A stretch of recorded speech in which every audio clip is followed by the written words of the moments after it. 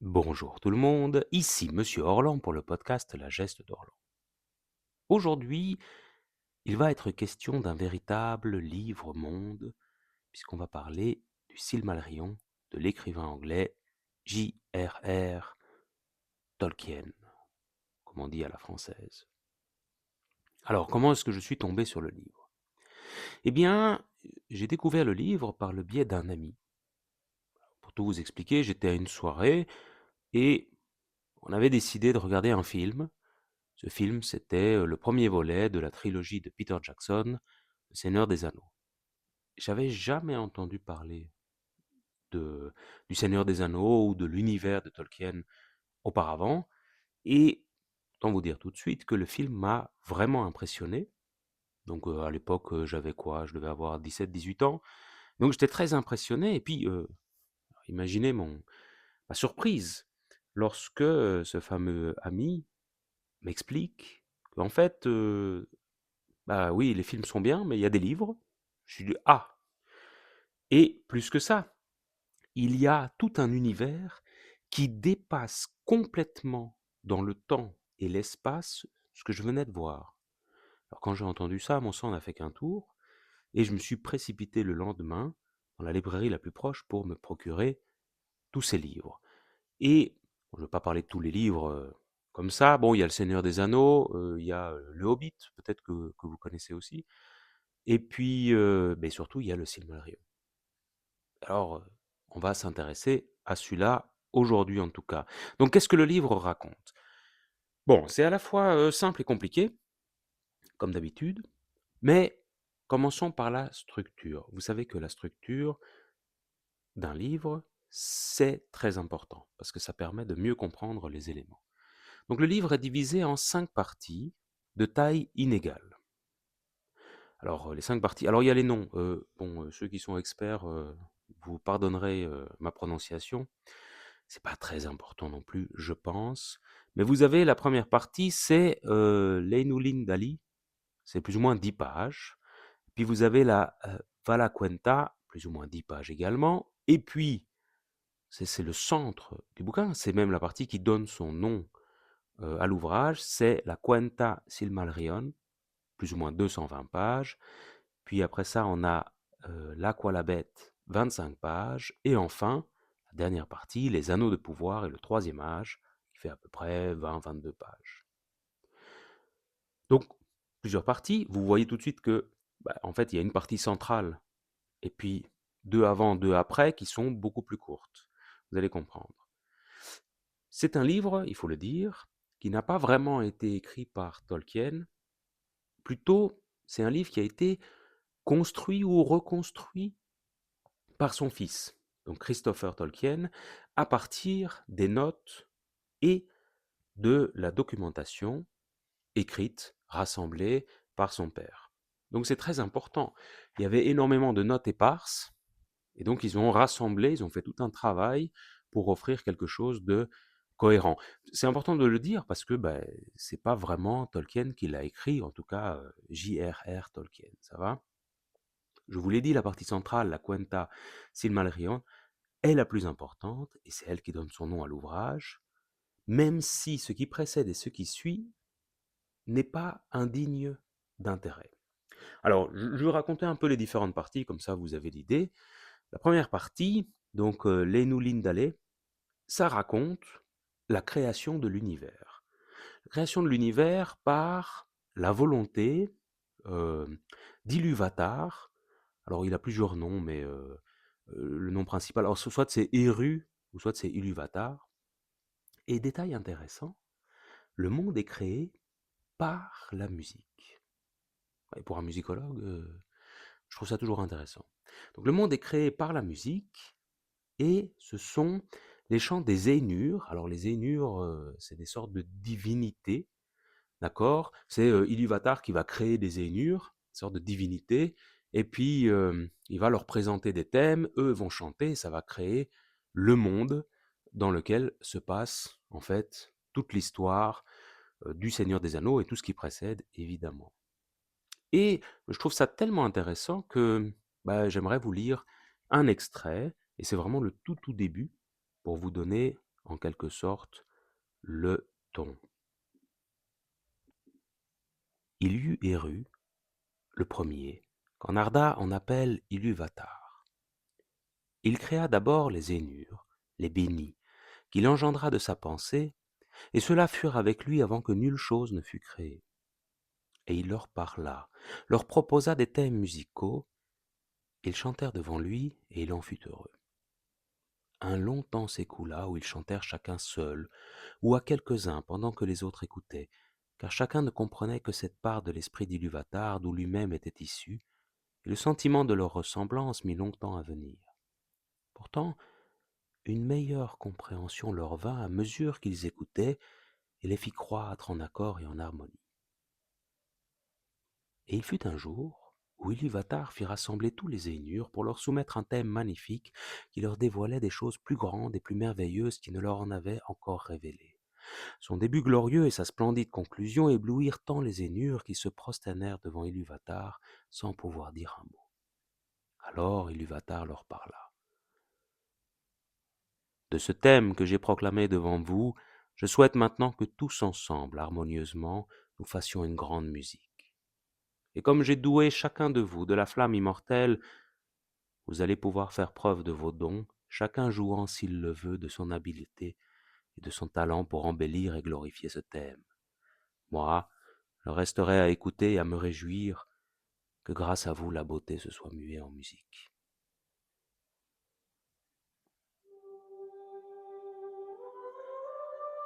Alors les voix des Ainur, telles des harpes, des luttes, des flûtes et des trompettes, des viols et des orgues, tels des chœurs aux voix innombrables, commencèrent à tisser le thème d'Iluvatar dans une harmonie grandiose. Le son des mélodies qui se fondaient sans fin l'une dans l'autre s'éleva pour tisser une harmonie qui dépassa les limites de l'ouïe en hauteur comme en profondeur. Les demeures d'Iluvatar furent pleines à déborder d'une musique dont les échos atteignirent le vide, et ce ne fut plus le vide. Jamais plus les Ainur ne composèrent une telle musique, bien qu'il soit dit qu'une musique encore plus grande, celle des chœurs des Ainur et des enfants d'Iluvatar, doivent s'élever devant Iru après la fin des temps. Alors les thèmes d'Iluvatar seront joués dans leur vérité et adviendront à l'être au même moment, car tous alors comprendront pleinement la partie qui leur a destinée, chacun atteindra à la compréhension des autres, et Iluvatar satisfait accordera le feu secret à leur esprit.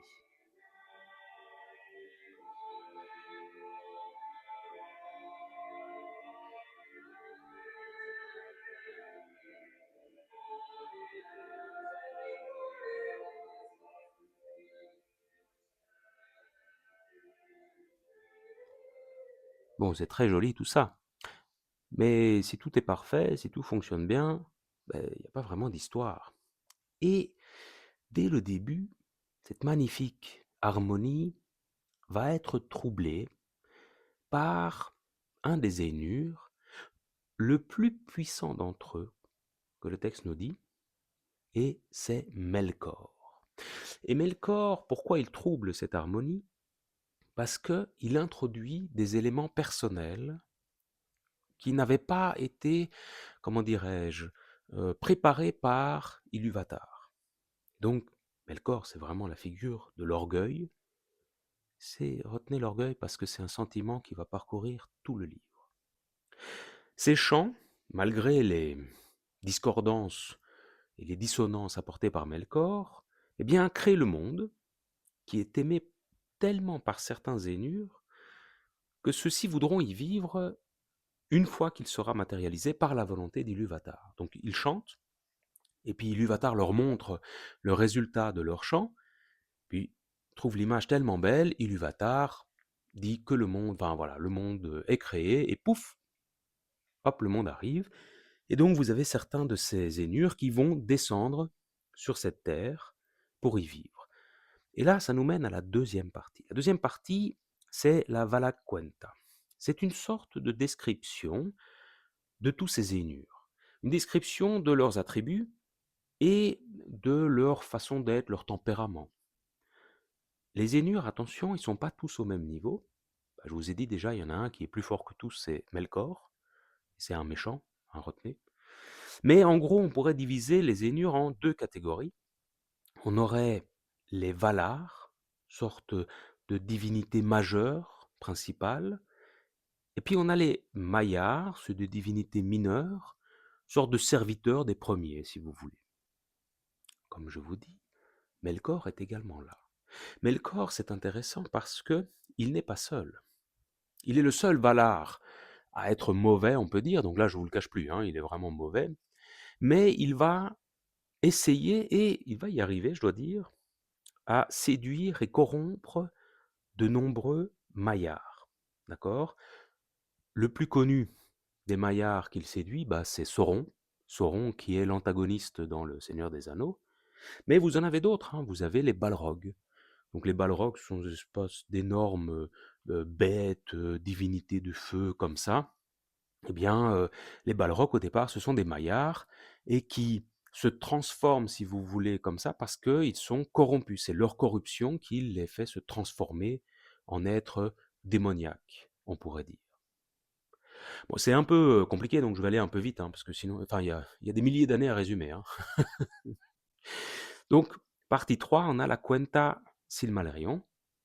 Et ça, c'est la partie la plus importante du livre. Ça raconte l'histoire des elfes et des Silmarils. Les Silmarils, c'est ce qui donne le nom au Silmarillion. Les Silmarils, c'est quoi? En fait, ce sont des bijoux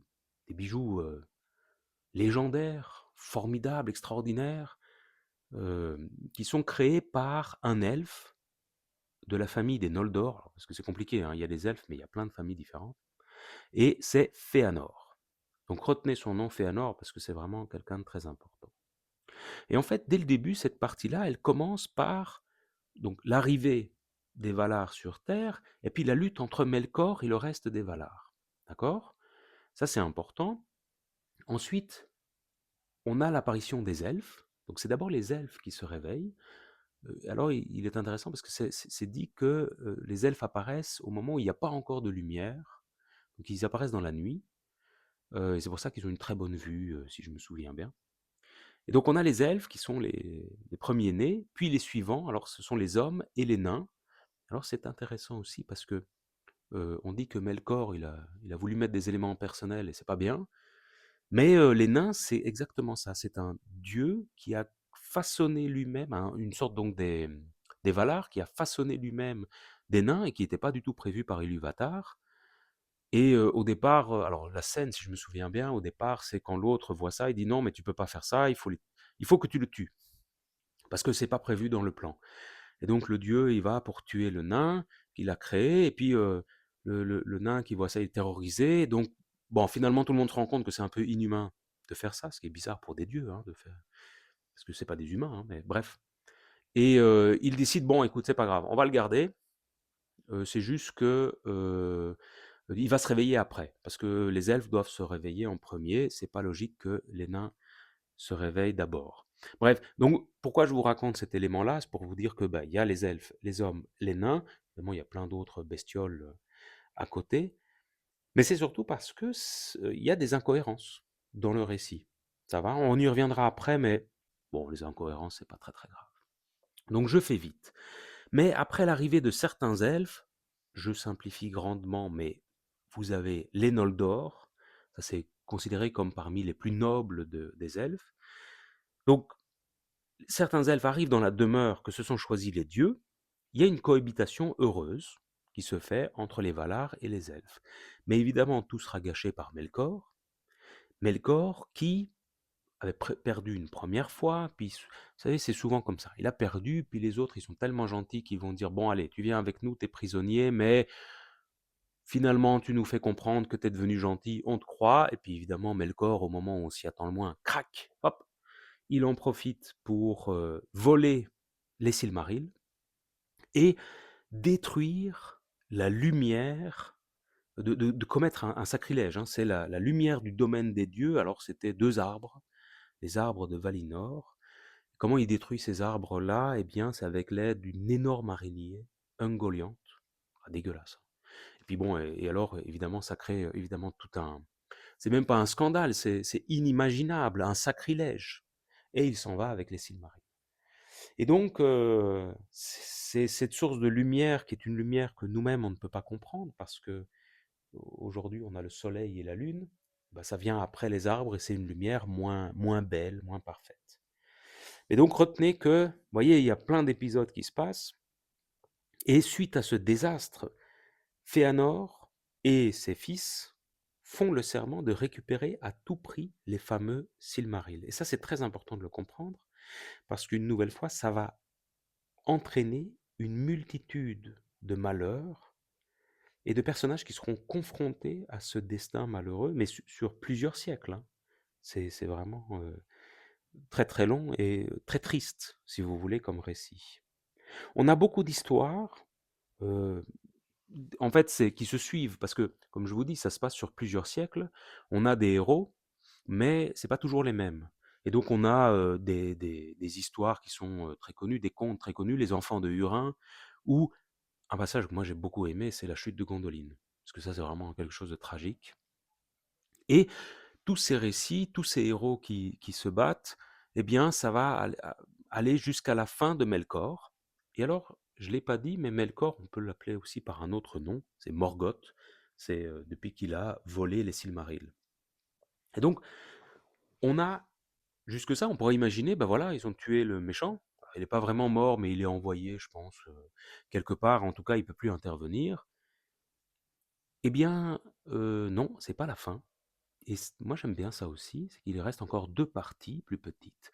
On a la partie numéro 4, c'est la Calabette, et ça raconte la chute de Numénor. Alors je me rends compte que je donne beaucoup de noms, j'essaie de pas trop en donner, hein, parce que normalement il y en a vraiment beaucoup, il y a tout un vocabulaire propre au monde de Tolkien, mais Numénor, pour faire simple, c'est une île qui est donnée par les Valar aux hommes qui ont combattu Morgoth. Vous voyez, je parle surtout des elfes, mais il y a les hommes qui interviennent aussi un peu après, et c'est les hommes qui ont combattu Morgoth pendant les guerres du Premier Âge. C'est ce qu'on a vu précédemment. Et alors, ils ont un deuxième cadeau, en plus de cette île, c'est une longévité accrue. Donc, ce sont des sortes de surhommes, d'accord, hein, qui sont, en tout cas, qui nous ressemblent en tout point, sauf qu'ils vivent plus longtemps, ils ont plus de noblesse, etc., etc. Mais en échange de ça, il y a une interdiction formelle, c'est voyager vers l'ouest, voyager vers la demeure des Valar. D'accord? Alors, ils vont prospérer, ils vont agrandir leur royaume, ils vont combattre Sauron, parce que Sauron, il n'est pas mort, hein. Sauron, le Maillard, le fameux lieutenant de Morgoth, bah, il est toujours là, et ils vont gagner, ils vont le capturer. Mais ce sont des hommes. Ce sont des hommes, et donc ils sont faillibles. Ils sont mortels, même s'ils ont une longévité accrue. Et ils vont être très jaloux des elfes. Les elfes qui, je ne vous l'ai pas dit, mais bah, ils sont immortels. Voilà pourquoi aussi les enfants de Féanor bah, font ce serment et que ça implique, ça a de lourdes conséquences. Parce que vous faites un serment, ça vous lie à jamais à ce serment. Quand vous êtes immortel, ça dure longtemps. Et donc, qu'est-ce qu'ils vont faire, ces hommes de Numénor? Eh bien, tout simplement, ils vont se fermer au monde, ils vont pratiquer l'isolationnisme. Et ça va être terrible. Parce qu'à partir du moment où vous vous coupez du monde, vous n'avez plus de rapport avec lui, plus de rapport avec les autres. Vous imaginez ce que les autres sont, qui n'est... Quand on imagine, souvent, ça n'a plus du tout de rapport avec la réalité. Et il y a des tensions qui vont en s'accroissant. Et donc, il se ferme au monde, mais, parce que c'est tragique, hein, Sauron réussit à s'infiltrer chez les rois de l'île, notamment le plus puissant d'entre eux, pour y insuffler son venin, et ainsi pourrir le cœur des Numénoréens.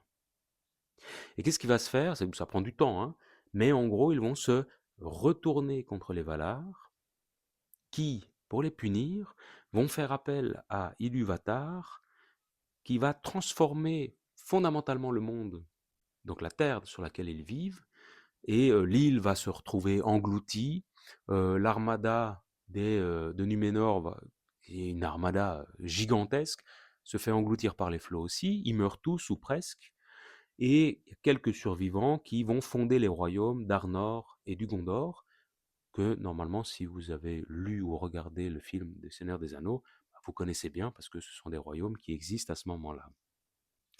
Après ça, on a la cinquième et dernière partie, ce sont les anneaux de pouvoir et le troisième âge. Et là, eh bien, ça raconte l'histoire des anneaux de pouvoir qui sont forgés par l'elfe Celebrimbor avec l'aide de Sauron. Les anneaux de pouvoir, vous savez, c'est ce qui est à l'origine du Seigneur des Anneaux, d'accord? Où vous avez, euh, c'est quoi, 9 anneaux pour les hommes, 7 pour les nains et 3 pour les elfes.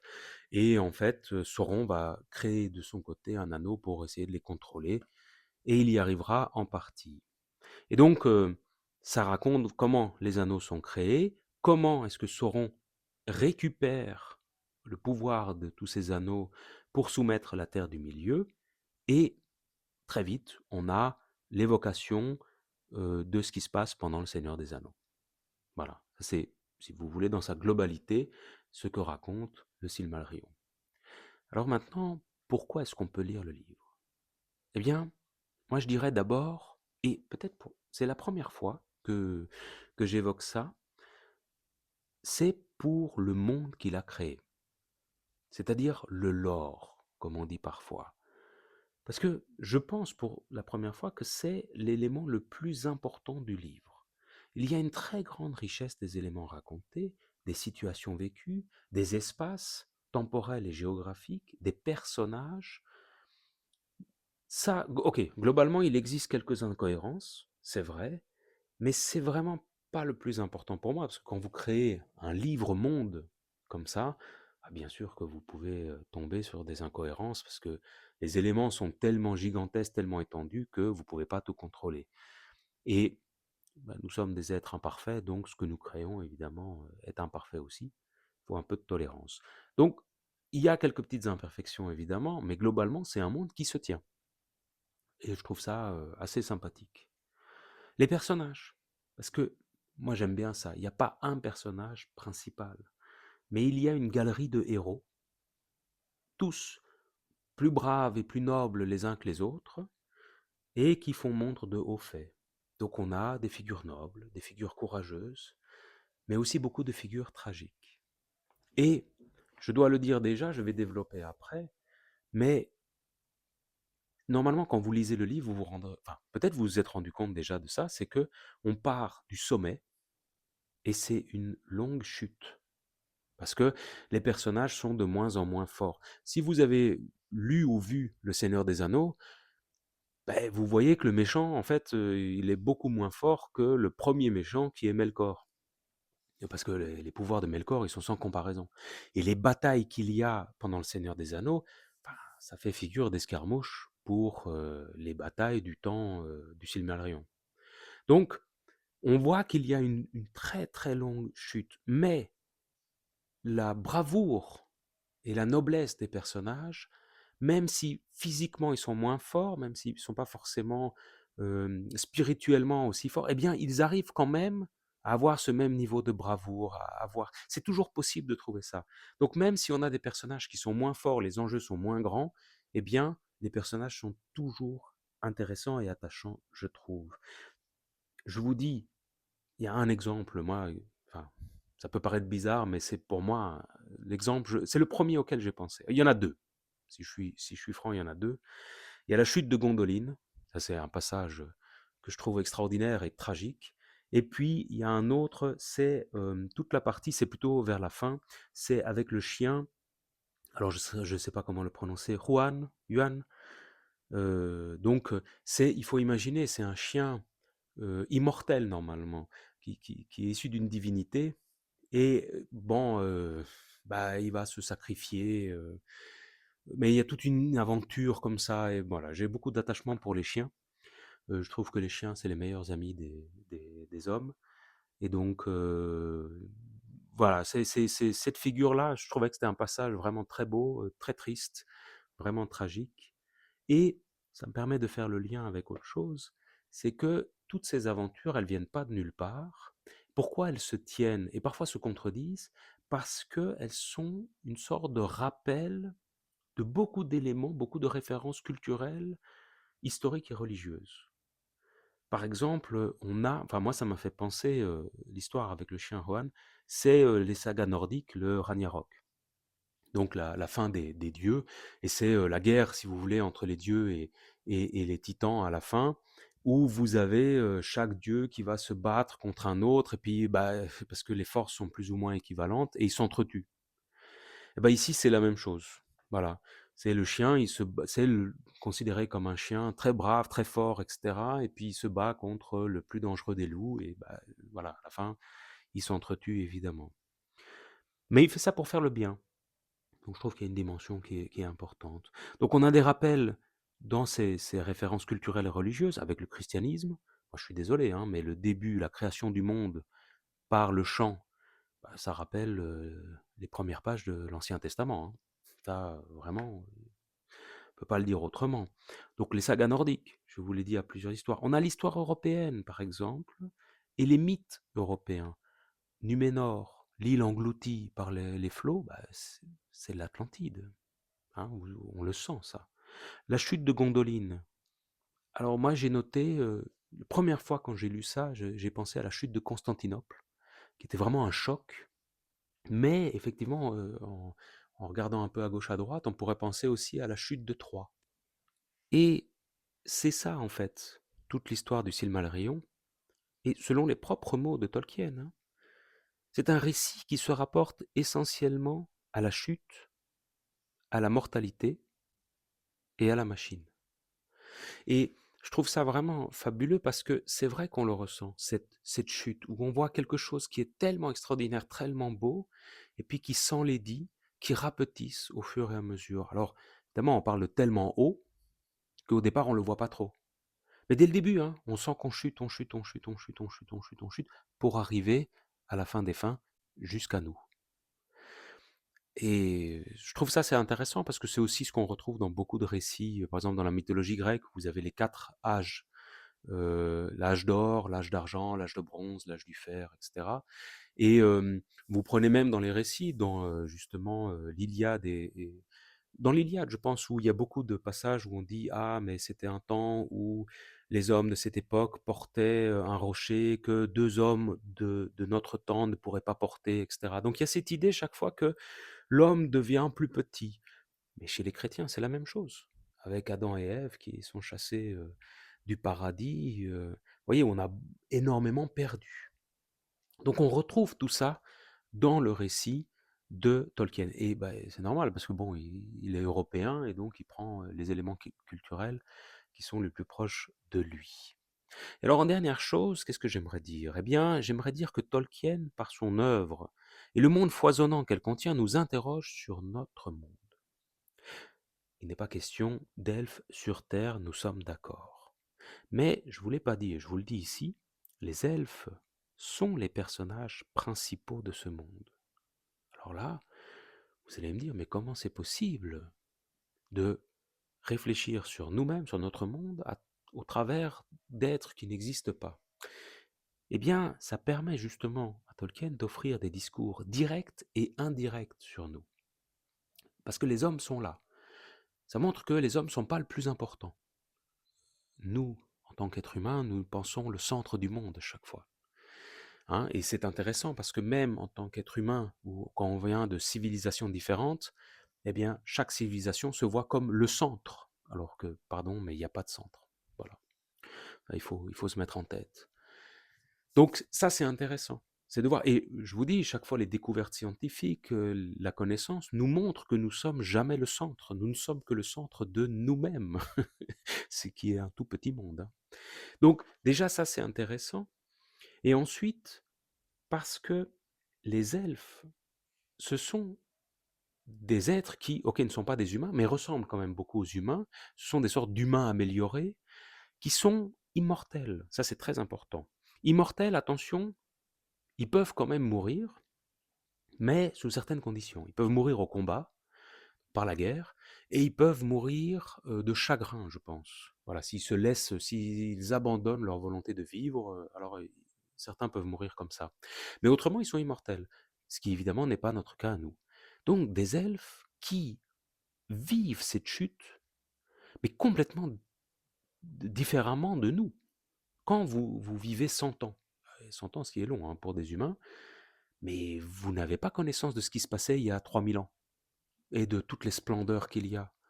Par contre, quand vous avez vécu pendant ces milliers d'années et que vous voyez toutes les dégradations qu'il y a, toutes les pertes que vous avez, bah, c'est dur, beaucoup plus dur.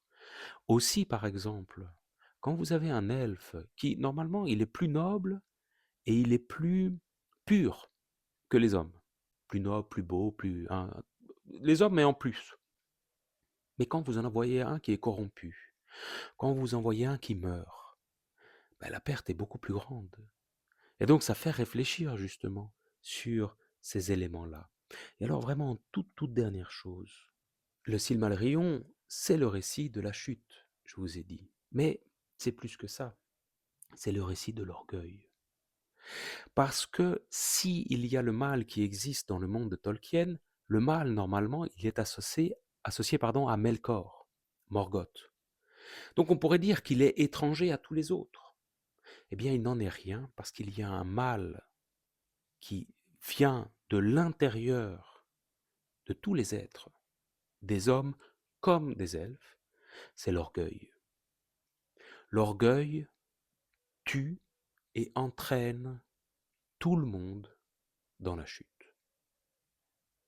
Je vous remercie et je vous souhaite bonne lecture.